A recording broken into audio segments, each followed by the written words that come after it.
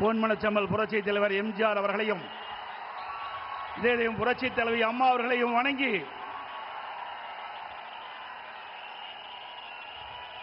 இந்த சிறப்பான தேர்தல் பிரச்சார கூட்ட நிகழ்ச்சியிலே கலந்து கொண்டு அற்புதமான உரையாற்ற அமர்ந்திருக்கின்ற மதிப்புக்கும் மரியாதைக்கும் உரிய மாண்புமிகு பாரத பிரதமர் நரேந்திர மோடி அவர்களே,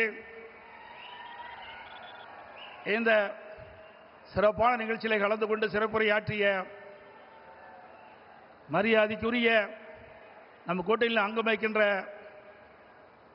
டாக்டர் அன்புமணி ராமதாஸ் அவர்களே, மரியாதைக்குரிய திரு டிடிவி தினகரன் அவர்களே, மரியாதைக்குரிய திரு வாசன் அவர்களே, மத்திய அமைச்சர் பெருமக்களே, பாரதிய ஜனதா கட்சியினுடைய தலைவர்களே, மேடையிலே வீட்டுகின்ற கூட்டணி கட்சியினுடைய தலைவர்களே, அனைத்து இந்திய அண்ணா திராவிட முன்னேற்ற கழகத்தினுடைய தலைமை கழக நிர்வாகிகளே, மாவட்ட கழக செயலாளர்களே, வாரியிலிருந்து சிறப்பித்துக் கொண்டிருக்கின்ற அனைத்து இந்திய அண்ணா திராவிட முன்னேற்ற கழகத்திலே பல்வேறு பொறுப்புகளை வைக்கின்ற நிர்வாகிகளே, கூட்டணி கட்சியை சேர்ந்த நிர்வாகிகளே, தொண்டர்களே, கழக உடன்பிறப்புகளே, பெரியோர்களே, தாய்மார்களே, பத்திரிகையாளர் ஊடகங்களே, அனைவருக்கும் என்னுடைய முதற்கண் நன்றி கலந்த வணக்கம். 2 நாளைக்கு முன்பு இதே திருச்சி மாநகரத்தில் திராவிட முன்னேற்ற கழகத்தினுடைய மாநில மாநாடு நடந்தது. அந்த மாநாட்டில் நம்முடைய கூட்டணி பற்றி இன்றைய முதலமைச்சர் விமர்சனம் செய்தார். திரு ஸ்டாலின் அவர்களே, அனைத்து இந்திய அண்ணா திராவிட முன்னேற்ற கழகம் தேசிய ஜனநாயக கூட்டணி இணைந்து அற்புதமான கூட்டணியை தமிழகத்திலே அமைந்திருக்கின்றது. வலிமையான கூட்டணி, வெற்றி கூட்டணி நம்முடைய கூட்டணி.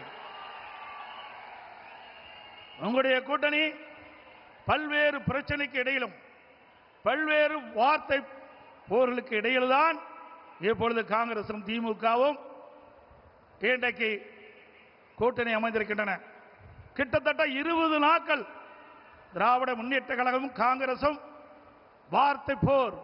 பத்திரிகையில் ஊடகத்தில் வருகின்ற செய்திகள், காங்கிரஸ் திராவிட முன்னேற்ற கழகத்தில் ஆட்சியிலே பங்கு கூடுதல் இடம் வேண்டும் என்று தினந்தோறும் அறிக்கை, பல்வேறு விமர்சனங்கள், அத்தனையும் தாண்டி கெஞ்சி காங்கிரசுக்கு அடிமையாகி காங்கிரசோடு கூட்டணி வைத்திருக்கிறீர்கள்.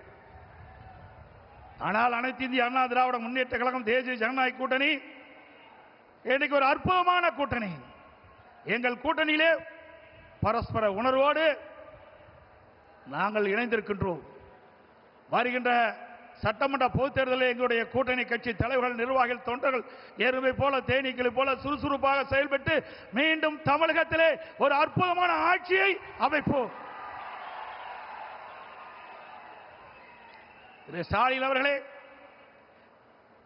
நீங்கள் எத்தனை முறை எங்கே கூட்டம் போட்டாலும் நாட்டு மக்கள் உங்களை நம்ப போவதில்லை. கடந்த 2021ஆம் ஆண்டு திராவிட முன்னேற்ற கழகத்தின் சார்பாக சுமார் 525 அறிவிப்புகள் வெளியிட்டீர்கள். 525 அறிவிப்புகளில் 1/4 அறிவிப்பு கூட இதுவரை நிறைவேற்றப்படவில்லை. அத்தனையும் பொய். கவர்ச்சிகரமாக பேசி கவர்ச்சிகரமாக அறிக்கை விட்டு அந்த தேர்தல் அறிவிப்பை இதுவரை நடைமுறைப்படுத்தாத அரசாங்கம் திமுக கட்சி உங்களை அடையாளம் கண்டுகொண்டு விட்டார்கள். தேர்தல் வந்தால் அறிவிப்பு வரும் திராவிட முன்னேற்ற கழகத்திலிருந்து. தேர்தல் முடிந்தால் அதோடு விட்டு விடுவார்கள். அதுதான் திமுகவுடைய கொள்கை. ஆனால் அனைத்து இந்திய அண்ணா திராவிட முன்னேற்ற கழகத்தை பொறுத்தவரைக்கும் பொன்மனச்செம்மல் புரட்சி தலைவர் காலத்திலும் சரி, இதே புரட்சி தலைவர் அம்மாவுடைய காலத்திலும் சரி, கொடுக்கப்பட்ட வாக்குறுதியை நிறைவேற்றுகின்ற கட்சி அனைத்து இந்திய அண்ணா திராவிட முன்னேற்ற கழகம் எங்களுடைய கூட்டணி. ஆகவே மக்கள் ஏமாற்றி ஆட்சிக்கு வந்து இன்றைய தினம் மக்களை வாட்டி வதைக்கின்ற அரசாக திராவிட முன்னேற்ற கழகம் இன்றைக்கு திகழ்ந்து கொண்டிருக்கின்றது. எனக்கு முன்னாலே பேசிகள் சொன்னதை போல தமிழ்நாட்டுக்கும் என்டிஏவுக்கும் தான் போட்டி என்று சொல்கிறார். பாவம், மறந்து போய்விட்டார். அடிக்கடி மறதி திரு ஸ்டாலினுக்கு. திரு ஸ்டாலின் அவர்களே, நடக்க போவது தமிழ்நாடு சட்டமன்ற பொது தேர்தல். தமிழகத்தில் யார் ஆட்சிக்கு வர வேண்டும், யார் ஆட்சிக்கு வரக்கூடாது என்று மக்கள் முடிவு செய்கிற தேர்தல் இந்த தேர்தல். ஆகவே மக்கள் முடிவு செய்து விட்டார்கள். அதனால்தான் எங்களை பற்றி விமர்சனம் செய்ய உங்களால் முடியவில்லை. அனைத்து இந்திய அண்ணா திராவிட முன்னேற்ற கழகம் 10 ஆண்டு காலம் 2011 2024 அற்புதமான ஆட்சி கொடுத்தது. அந்த ஆட்சி காலம் ஒரு பொற்கால ஆட்சி என்று மக்களால் பாராட்டப்பட்டோம். இன்றைக்கு விவசாயிகளாட்டும், தொழிலாளர்களாட்டும், இன்றைக்கு அரசு ஊழியர்களாட்டும் அத்தனை பேர்களுக்கும் அனைத்து கிடைக்கப்பட்ட ஒரே அரசாங்கமாக அனைத்து இந்திய அண்ணா திராவிட முன்னேற்ற கழக அரசாங்கம் திகழ்ந்து என்பதை நேரத்தில் தெரிவிக்க விரும்புகின்றேன். அதே போல திரு ஸ்டாலின் அடிக்கடி பேசுகிறார், எங்கள் கூட்டணியில் இருக்கின்ற அத்தனை பேருக்கும் ஒரே கொள்கை என்று.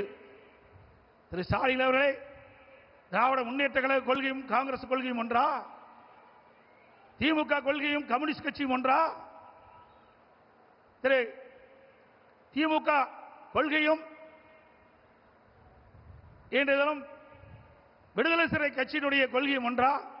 ஒரே கொள்கை என்றால் ஒரே கட்சியை அமைத்து விடலாம், தனித்தனி கட்சி தேவையில்லை. ஆக பல்வேறு கொள்கை உள்ள கட்சிகள் எல்லாம் ஒன்றாக சேர்ந்துதான் திமுக கூட்டணி அங்கம் வைக்கின்றது.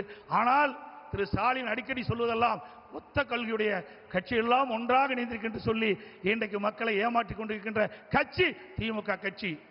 ஆக கூட்டணி அமைப்பது இயல்பு. எல்லா கட்சியும் தேர்தல் நேரத்தில் கூட்டணி அமைப்புகள் வாக்கள் சிதறாக கூடாது என்பதற்காக மக்கள் திமுக ஆட்சி அகற்ற வேண்டும் என்ற ஒரே எண்ணத்தின் அடிப்படையிலே, தமிழ்நாட்டு மக்களுடைய நலன் கருதி தமிழ்நாடு ஏற்றம் பெற வேண்டும், வளம் பெற வேண்டும் என்ற அடிப்படையிலே, கொள்ளையடிக்கின்ற கூட்டத்தை விரட்டி அடிக்க வேண்டும் என்ற அடிப்படையிலே தேசிய ஜனநாயக கூட்டணி பிரமாதமான கூட்டணி அமைத்திருக்கின்றது. உங்கள் கூட்டணி அப்படி அல்ல. உங்கள் கூட்டணியை அமைக்கின்ற கட்சிகள் அடிமையாக உங்களிடத்தில் இருந்து கொண்டிருக்கின்றன. இன்றைக்கு தமிழகத்தில் நிலவுகின்ற பிரச்சனை, இன்றைக்கு போதைப் பொருள் விற்பனை, அதனால் மக்கள் படுகின்ற துன்பங்கள் ஏராளம். பெண்களுக்கு இழைக்கப்படுகின்ற கொடுமைகள், தினந்தோறும் கொலை, கொள்ளை, திருட்டு, வழிப்பறிவு, பாலியல் வன்கொடுமை நடக்காத நாளே இல்லை. சிறுமிகளுக்கு பாலியல் வன்கொடுமை, பெண்களுக்கு பாலியல் வன்கொடுமை, மூதாட்டிகளுக்கு கூட பாலியல் வன்கொடுமை. இப்படிப்பட்ட மோசமான கையிலாகாத அரசாங்கம் திமுக அரசாங்கம். அப்படிப்பட்ட அரசாங்கத்தை அகற்றுவதுதான் எங்களுடைய கூட்டணிய நோக்கம் என்பதை நேரத்தில் தெரிவிக்க விரும்புகின்றேன். அதே நேரத்தில் இன்றைக்கு திராவிட முன்னேற்ற கழகம் என்று சொன்னால் அது குடும்ப கட்சி, அது ஒரு கார்ப்பரேட் கம்பெனி, அது கட்சி அல்ல. அந்த குடும்பத்தில் இருக்கின்றவர்கள் தான் அந்த கட்சிக்கு தலைவராக முடியும், அந்த குடும்பத்தில் இருக்கின்றவர்கள் தான் ஆட்சி அதிகாரத்துக்கு வர முடியும். அப்படிப்பட்ட கட்சியை தமிழக மக்கள் இந்த முறை விரட்டி அடிக்கப்படுகிறார்கள். இந்த தேர்தலோடு திரு கருணாநிதி குடும்பத்திற்கு இறுதி கட்ட தேர்தல் மக்கள் முடிவு செய்து விட்டார்கள். தமிழகம் முழுவதும் ஒரே குரல், திமுக ஆட்சி அகற்றப்படுகின்ற ஒரே குரல் இன்னைக்கு ஒலித்துக் கொண்டிருக்கிறது. ஆக இப்படிப்பட்ட ஆட்சி தமிழகத்திலே அகற்றப்பட வேண்டும் என்று மக்களுடைய எண்ணம். அந்த எண்ணத்தை நிறைவேற்றுவதுதான் எங்களுடைய கூட்டணியுடைய நோக்கம் என்பதை இந்த நேரத்தில் தெரிவித்து, அனைத்து இந்திய அண்ணா திராவிட முன்னேற்ற கழகத்திலே பல்வேறு திட்டங்களை இங்கே நிறைவேற்றி கொடுத்திருக்கின்றோம். இந்த டெல்டா மாவட்டம் பொன் விளைகின்ற பூமி, அப்படிப்பட்ட விளை நிலங்களை திரு ஸ்டாலின் அவர்கள் துணை முதலமைச்சர் இருந்த காலகட்டத்திலே விவசாய நிலைகளை அபகரிக்கின்ற விதமாக மீத்தேன் ஹைட்ரோ கார்பன் திட்டத்திற்கு அந்த புரிந்துணர்வு ஒப்பந்தம் போட்டது திரு ஸ்டாலின் முன்னிலையிலே.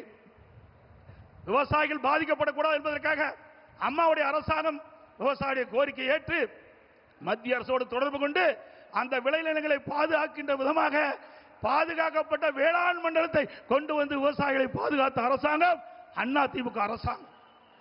அதோடு குடிமராமத்து திட்டத்தை கொண்டு ஏரி, குளம், குட்டைகள் எல்லாம் அனைத்தும் சீர்வு செய்யப்பட்டு பெய்கின்ற மழைநீர் முழுவதும் சேமித்து வைத்தோம். அங்கங்கே தடுப்பணைகள் கட்டப்பட்டோம். ஆதனூர், குமாரமங்கலம், நஞ்சை போலே தடுப்பணை கட்டப்பட்டது, முக்கம்பிலே தடுப்பணை கட்டப்பட்டது. அதே போல காவிரி, குண்டாறு அற்புதமான திட்டம். வறண்ட பகுதியில் இருக்கின்ற நிலங்கள் எல்லாம் செழிப்பாக வளமாக இருக்க வேண்டும் என்பதற்காக, அந்த பகுதியில் நிலத்தடி நீர் உயர வேண்டும் என்பதற்காக காவிரி குண்டாறு திட்டத்தை கொண்டு வந்தோம். அந்த திட்டத்தையும் முடக்கிய அரசாங்கம் தான் விடியா திமுக அரசு. அதோடு பாரத பிரதமர் அவரிடத்திலே, மரியாதைக்குரிய நரேந்திர மோடி அவர்களிடத்திலே நான் முதலமைச்சராக இருந்த பொழுது ஒரு திட்டத்தை நிறைவேற்ற வேண்டும் என்று அவரிடத்திலே கோரிக்கை வைத்து அவரும் ஏற்றுக்கொண்டார். அதற்கு நடந்தாய் வாழி காவிரி திட்டம் என்ற அற்புதமான திட்டம். மேட்டூர் அணையிலிருந்து வெளியேறுகின்ற நீர் கடலிலே கலக்கின்ற வரை அந்த நதியின் கரை ஓரமாக இருக்கின்ற கழிவு நீர் அந்த நதியிலே கலந்து மாசுபடுகின்றது.